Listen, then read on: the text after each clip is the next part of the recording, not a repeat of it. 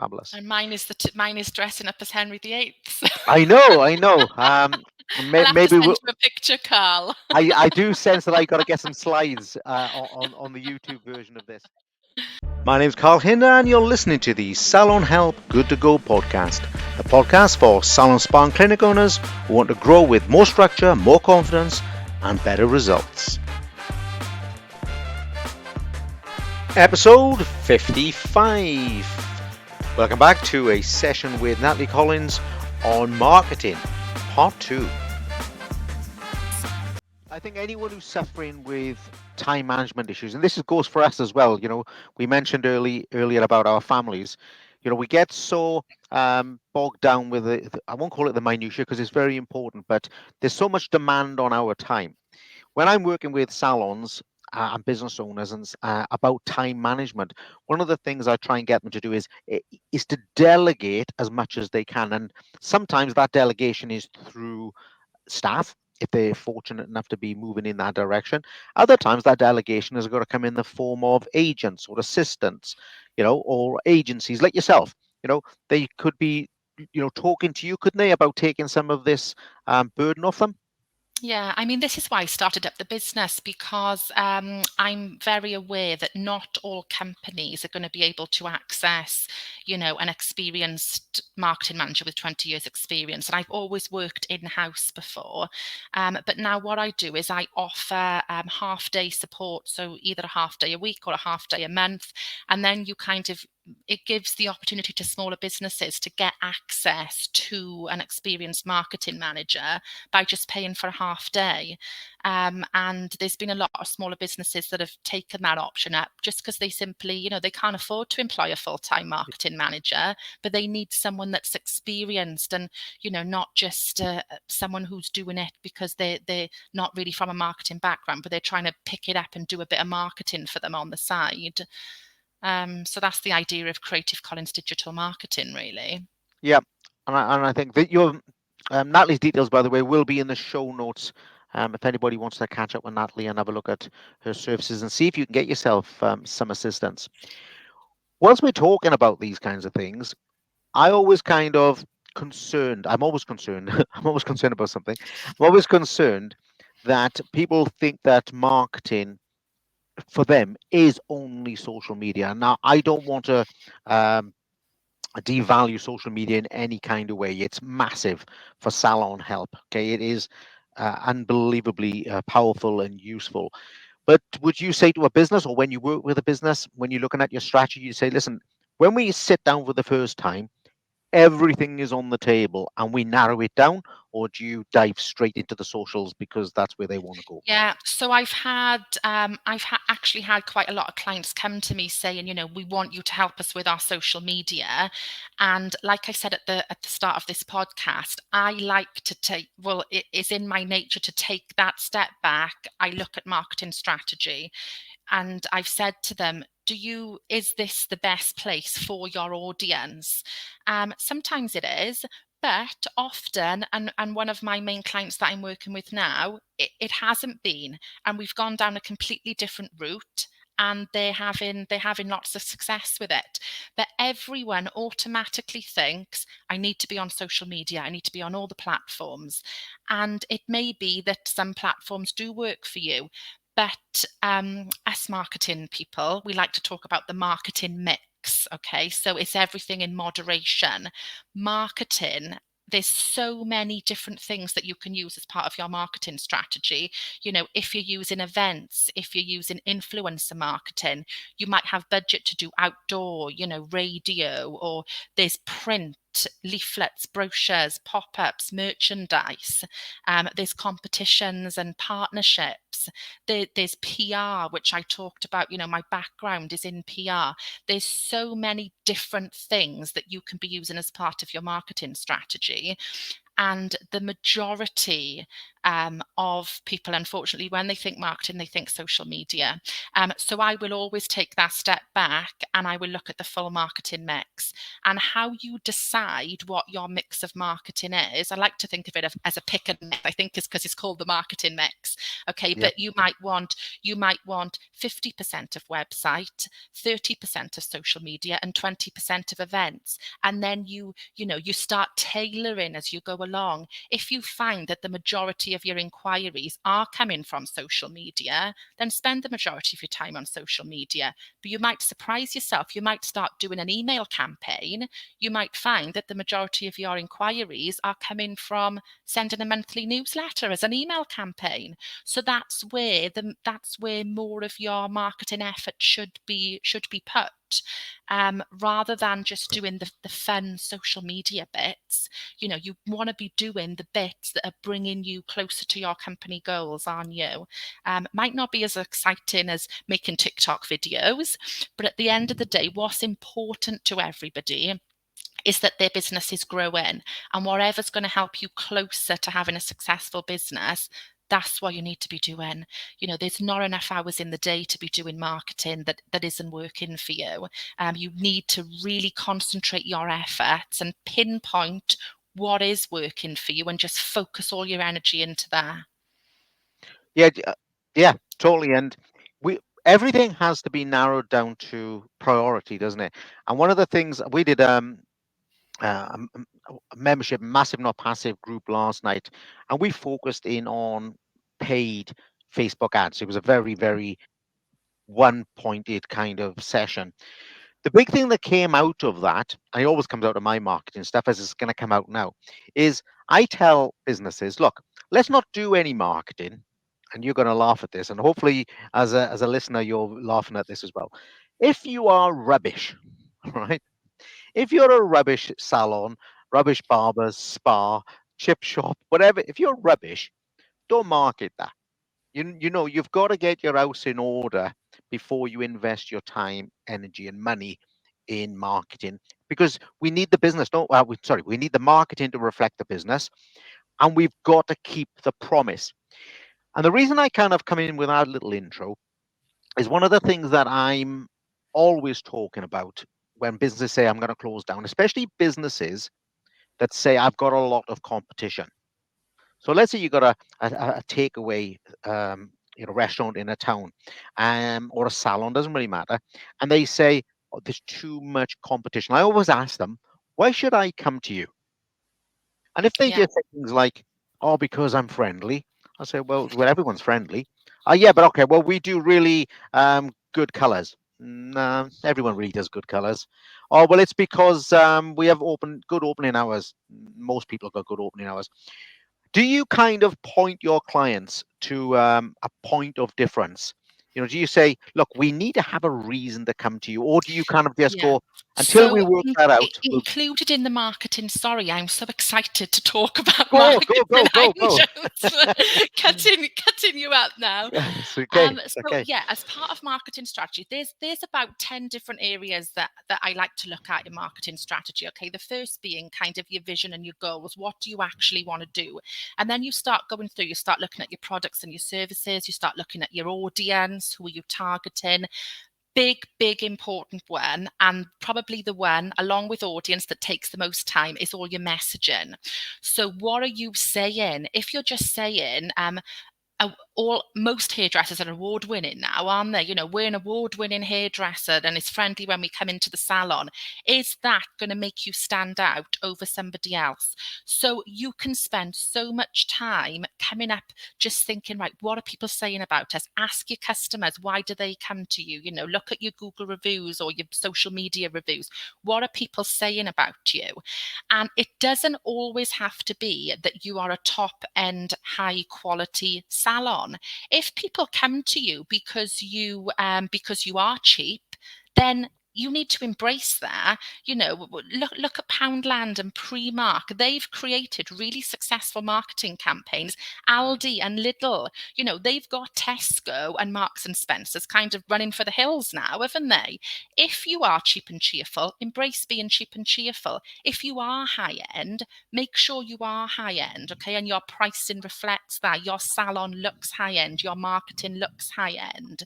It all comes down to kind of your messaging, and we call it the tone of voice. So the way that you talk to your audience and the way that you present yourself all needs to be your image. And I like to think of a company as, so we give them like a brand persona, give them a personality, think of them as a person. Are they young? Are they old? Are they cool? Are they boring?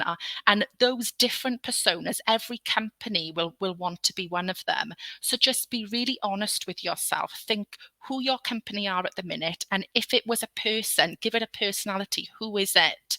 If you're not happy with your brand personality, you can work to change it. If you don't want to be cheap and cheerful and you are trying to be high end, then that will just open your eyes then as to kind of what you need to do to work on your brand personality.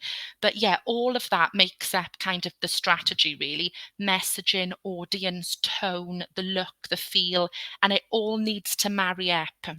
You can't be marketing yourself as a high-end salon, and then if someone actually comes into your salon, it kind of doesn't meet expectations, or the customer services, everything, the strategy all needs to tie together and all needs to link up, so your customer is invested in you, they trust you, and you've got kind of repeat loyal custom then. Yeah, I mean, I wanted to ask you about pricing strategy. So I think you've nailed the pricing strategy part of it.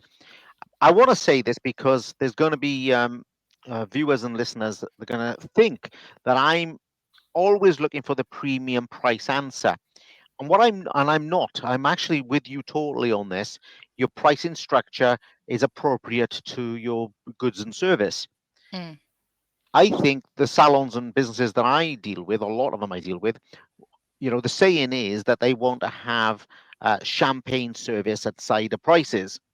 And that's where the discrepancy is. If you're a business and you decide, or maybe your client is deciding, or your location, or whatever it is, your skills or something, that you are going to be a lower price point, then everything has to be appropriate to that, including the timing of service, the way we approach it, everything. And likewise, if you're a premium based business, you can't promise to be premium and deliver, the lower end of the scale. So yeah, that is true marketing. You must always promise, or you must always deliver, I should say, what you promise. That's we should do that, morally as well. Yeah, I think, if people are paying a lower price, they haven't got that expectation, have they? And I'll just, compare shops again. If I went into, say, John Lewis, I wouldn't expect for there to be clothes thrown everywhere. I would expect it to all be nice and neat, for it to be smelling nice, for that high quality look. If I went into Primark, I wouldn't batter an eyelid if there was clothes off the rail and I was queuing a little longer at the checkouts, because I know that Primark is. I'm going there because I'm budgeting for my shop, whereas I'm going to Yeah. John Lewis because I'm expecting a more high end kind of service. I'm not saying that we should be not treating our customers nicely if we are the lower end, but what I'm saying is that there is a lesser expectation. We don't want to be marketing ourselves as high end on our social media, and then when they arrive, they see that, oh, actually it's not kind of what I thought it Yeah. was. um I don't want to move off the marketing track today, so I don't want to get too involved, or take you down coaching avenues. The difference in our industry, or my industry, with salon spas and clinics, is that for many many years, maybe decades, we have delivered much higher standards of service than the client has paid for.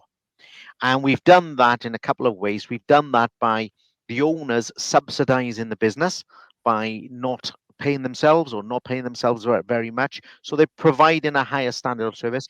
And traditionally, and this is why there's a movement in the self-employment market, we don't pay staff what we need to pay them to develop and grow the business, or indeed the industry.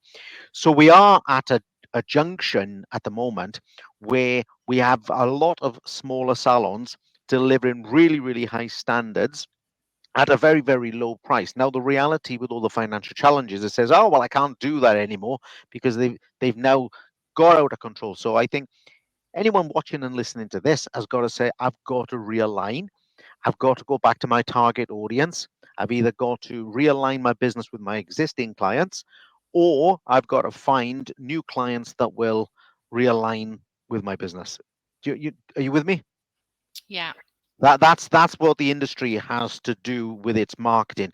We can't, as you say, go on saying, amazing, amazing, amazing offers and promotions, and say we are award winning and No, amazing. and marketing yourself as a high end. And do you know a company that does this really well is Ryanair. If anyone follows Ryanair on TikTok, because they will do TikTok saying, you don't get any extra leg space, but you get really cheap plain price flights. So Yeah. they're just saying it from the get-go. You don't get a window seat, but you get a return trip to Amsterdam for £30. And the people who want to pay the lower prices, that's really appealing to them. They know that they're not going to get something high end, but they're going there because they don't want to spend a lot, getting on a plane flight, getting their hair cut. Well, you're So right. it's just giving the Yeah. people the expectation that people are going to expect. Yeah. Well, you're right, because that thing about what's your point of difference, the reason I should come to you, it's the first thing I coach with every single client on a one-to-one, and I ask them to put that on the front page of their website.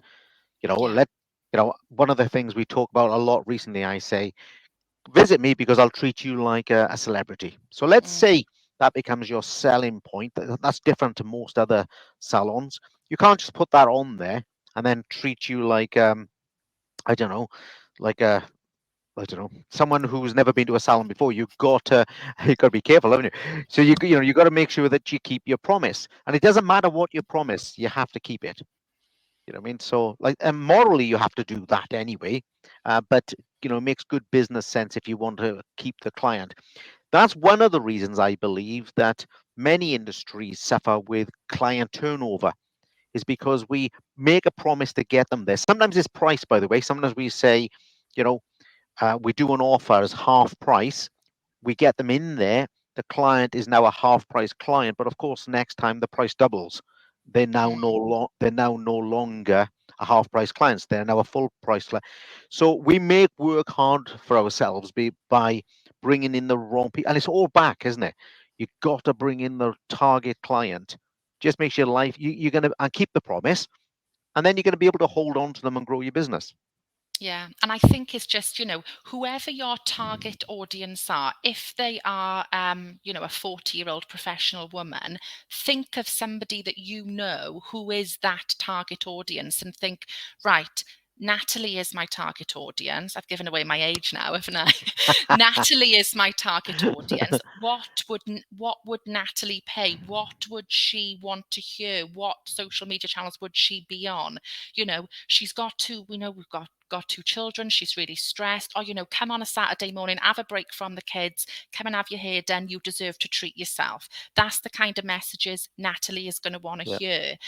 Think of who your audience, once you know someone and you've got a visual picture of who you're speaking to, marketing is so much more easier, because you just think, that's my daughter, that's my friend, what do they want to hear, what are they going through, and speak to them.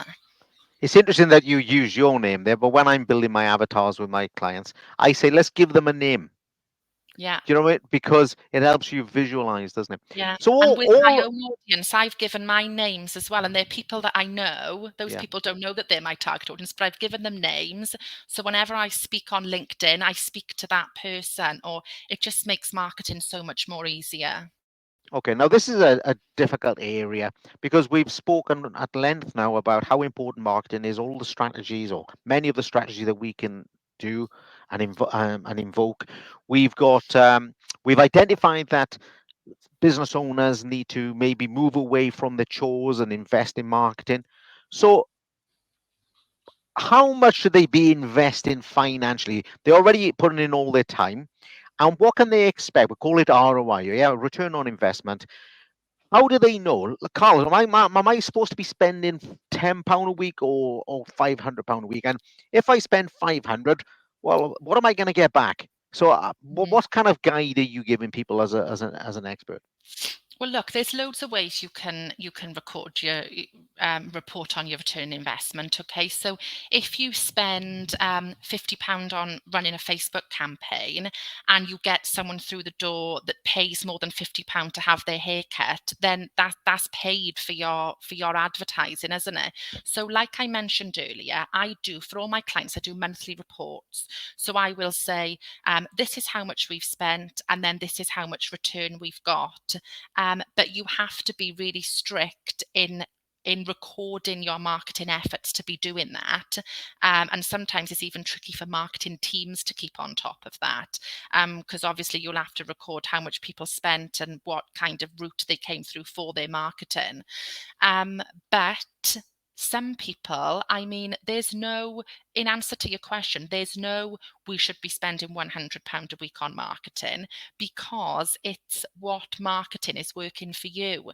So, marketing, even though marketeers don't like to admit it, marketing is trial and error as well, okay? Because maybe you've done TikTok advertising and Facebook advertising and LinkedIn advertising, and maybe only one thing worked for you. Maybe none of it worked for you. So it's about tweaking. Right, I've changed my message, I've changed the image. Let's try that. Let's try targeting a different demographic or a different location. And it's about tweaking your marketing. So I'll use an example. When I set up LinkedIn ads for one of my clients, when we first started, we were bringing in a handful of leads a month. As the months went on, it turned into a few hundred leads. When we started going the year after, by the middle of the year, we'd already brought in the same amount of leads as we'd done the whole of the year before. So the more you know, right, this advert is working for me, saying this message with this image, even emails, this email works, this layout, this messaging. And the more you do something, it's called A/B testing, where you kind of test two things, you see which one works best. Right, do it again, see which one works best. And the more you do a piece of activity, the better it is, and then the more leads it will generate. And some of that activity might not be paid for activity. Email campaigns, you don't have to pay for email campaigns, and they could be the best thing bringing in the most leads. Website, you could do yourself a free website and it could perform for the same that someone's paid, £20,000 for a website.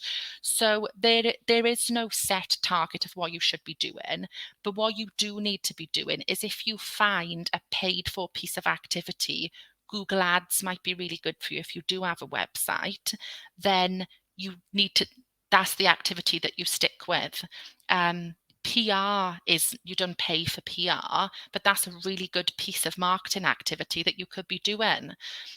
So I think it's just, don't feel under pressure to be spending £500 a week on your marketing. You don't need to be doing that until you're really convinced that that piece of paid for advertising is really working for you. Don't go invest in lots of money into something, is what I would say. Yeah, I mean, I have um, financial targets for my individual clients, but then I kind of know their business. But the thing is with marketing as well, I want um, business owners to remember that it isn't always about financial investment. Often it's about effort and time investment. Sometimes you can make things work for you, like networking. You can turn up at events which could be free, and you could get a whole lot of return on that. Or events actually at your salon or business where you invite people in for coffee and all that sort of stuff. So, from me, I always think, when I'm doing my strategies, we look at what budget's available currently and where we want to grow to. And yes, it's nice to put a number on it and say, use 5% of your turnover to get you to where you want to be. But we have to look at effort and dedication as well.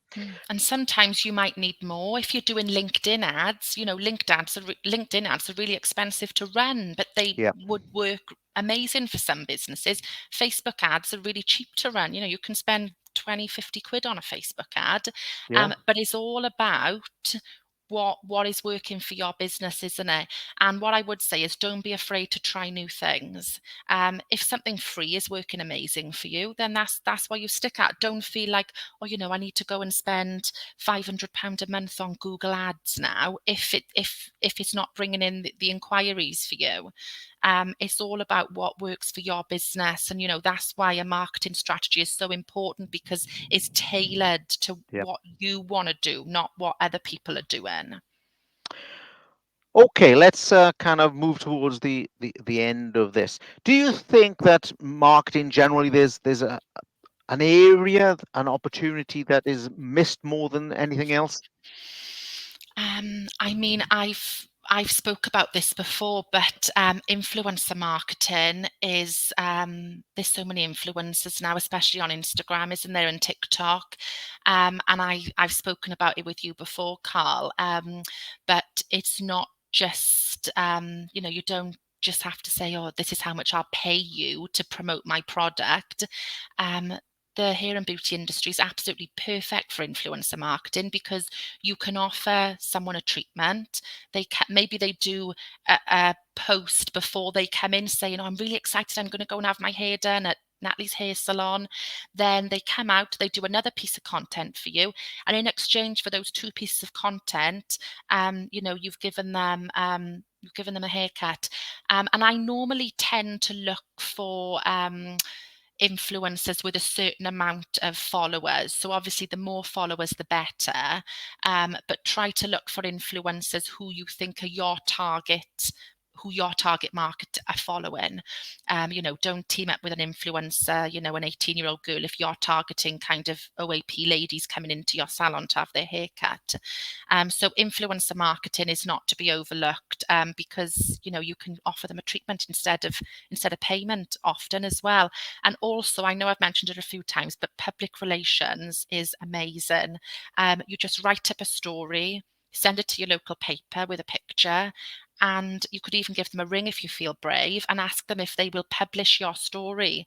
Something that you've done. Have you opened a new salon? Are you offering a new treatment? Have you won an award? Whatever you've done, you just write up a press release. You can send it to the paper and they will publish it for you for free if it's interesting enough. Yeah, we used to do that when we had salons, and we used to build relationships with these people.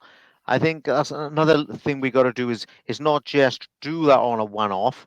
I think if we build a relationship with the editor or the deputy editors, or we just need to make sure that we got things in place, and we're consistent as well. But I totally agree about PR. I think it's much overlooked, and when we do it, we're very spasmodic. And in Wales, when I had my salons, we've had loads of people visit us. We had S4C come and do an opening for us. We had the BBC there. We had the BBC visit us because we put our Christmas tree up too early. Yeah. um, So yeah, you we could put think it. of fun stories with PR, can't you? You Well, can think of yeah, really fun we put things. our Christmas tree up on the 1st of October, Yeah. and before you knew it, it was on the radio. Everyone was phoning us, and I'm not suggesting you do that just to get attention, but you can do that. And obviously, lifestyle stories. People like, families and happy stories would be good, guys. I would just like some happiness to be reported. Mm. Okay, listen, I think we've really given marketing um, We a could good just talk review. all day long, Oh, couldn't we? couldn't We we? could stay on We you for another 4 hours. we could absolutely, and this is clearly going to be a two-part podcast already. I want the audience to know you, get to know you a little bit more. I know at the beginning we kind of asked you a few questions, but I want to ask you a little bit more. One of the things that I always like to ask is about your favorite book, because I think your favorite book, if there is one, can say a lot about your attitude to life or Mm. business. Do you have one? Well, do you know what I would have said? So, even though I've worked in marketing for 20 years, I set up my own business in October. So, I am, I'm an entrepreneur now, and I've joined the world of business owners with all you guys. So, for Christmas, my husband bought me The Diary of a CEO with Stephen Bartlett. He's off Dragon's Den.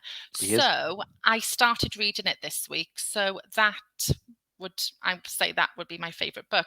Before I was a business owner, it would have been a book on history. It would have been a book on the Tudors or Henry VIII or something. But now it is the Diary of a CEO. That's lovely. I think, yeah, I think entrepreneurs like to kind of look for snippets and information and Yeah. motivation as well. Obviously, we're Mm, talking to a lot of them, but there's also a downside. I mean, I don't mean a downside as in a negative. There's also uh, a non-working side to most people's lives, at least. And of mm. course, yeah, you enjoy your history. That's fabulous. And mine is dressing up as Henry VIII. I know, I know. I'll have to Maybe send you a picture, Carl. I do sense that I got to get some slides on the YouTube version of this. Okay, listen, I want to thank you so much for coming on the podcast with me, the Salon Help Good to Go podcast. How's the best way for people to contact you now? You know, they've listened to you, they're like, I'm all in with Natalie. I need some help. Marketing's too important to ignore. What have they got to do? Well, I mean, they can ring me and I'll speak to them about marketing for a good few hours. No, but I'm quite active on LinkedIn. If anyone's on LinkedIn, they can add me, Natalie Collins on LinkedIn, or just contact me through my website, Creative Collins Digital Marketing. It's a big picture of me on the homepage, so you can't miss it. Great. Okay. Are you dressed normally or Yeah, like Henry normally VIII? just sat in my living room. Okay. Because they're all going to be on LinkedIn looking for you now. Yeah, I'm really active on LinkedIn because that's the platform for me. Even as a marketing person, I haven't set up accounts on Instagram or Facebook because LinkedIn is my bread and butter where I meet other business owners. So it just goes to show that that's how I'm focusing in and targeting in on my Fabulous. marketing. Well, I'll make sure all the details, guys, all the details for myself, the all the things to do with the pricing app and all the tools that I have, all the contacts for Natalie will be in the show notes. Or if you're on the YouTube channel, you'll see them in the section below. So big thank you, Natalie. Big thank you to the viewers and the podcast listeners. And well, listen, guys, get a grip on your marketing. Go and be better, I guess. Yeah, and look, we're dead on. It's just about to turn 60 minutes. We were dead on an hour. That's good, isn't it? Fantastic. You have been listening to the Salon Help Good to Go podcast. Take a look in the show notes where you'll find all the links that you need for myself and Natalie. Leave a review and please let other salon, spa and clinic owners know that I'm here every Sunday at 4 p.m. to kickstart their week. I'll see you on the next episode.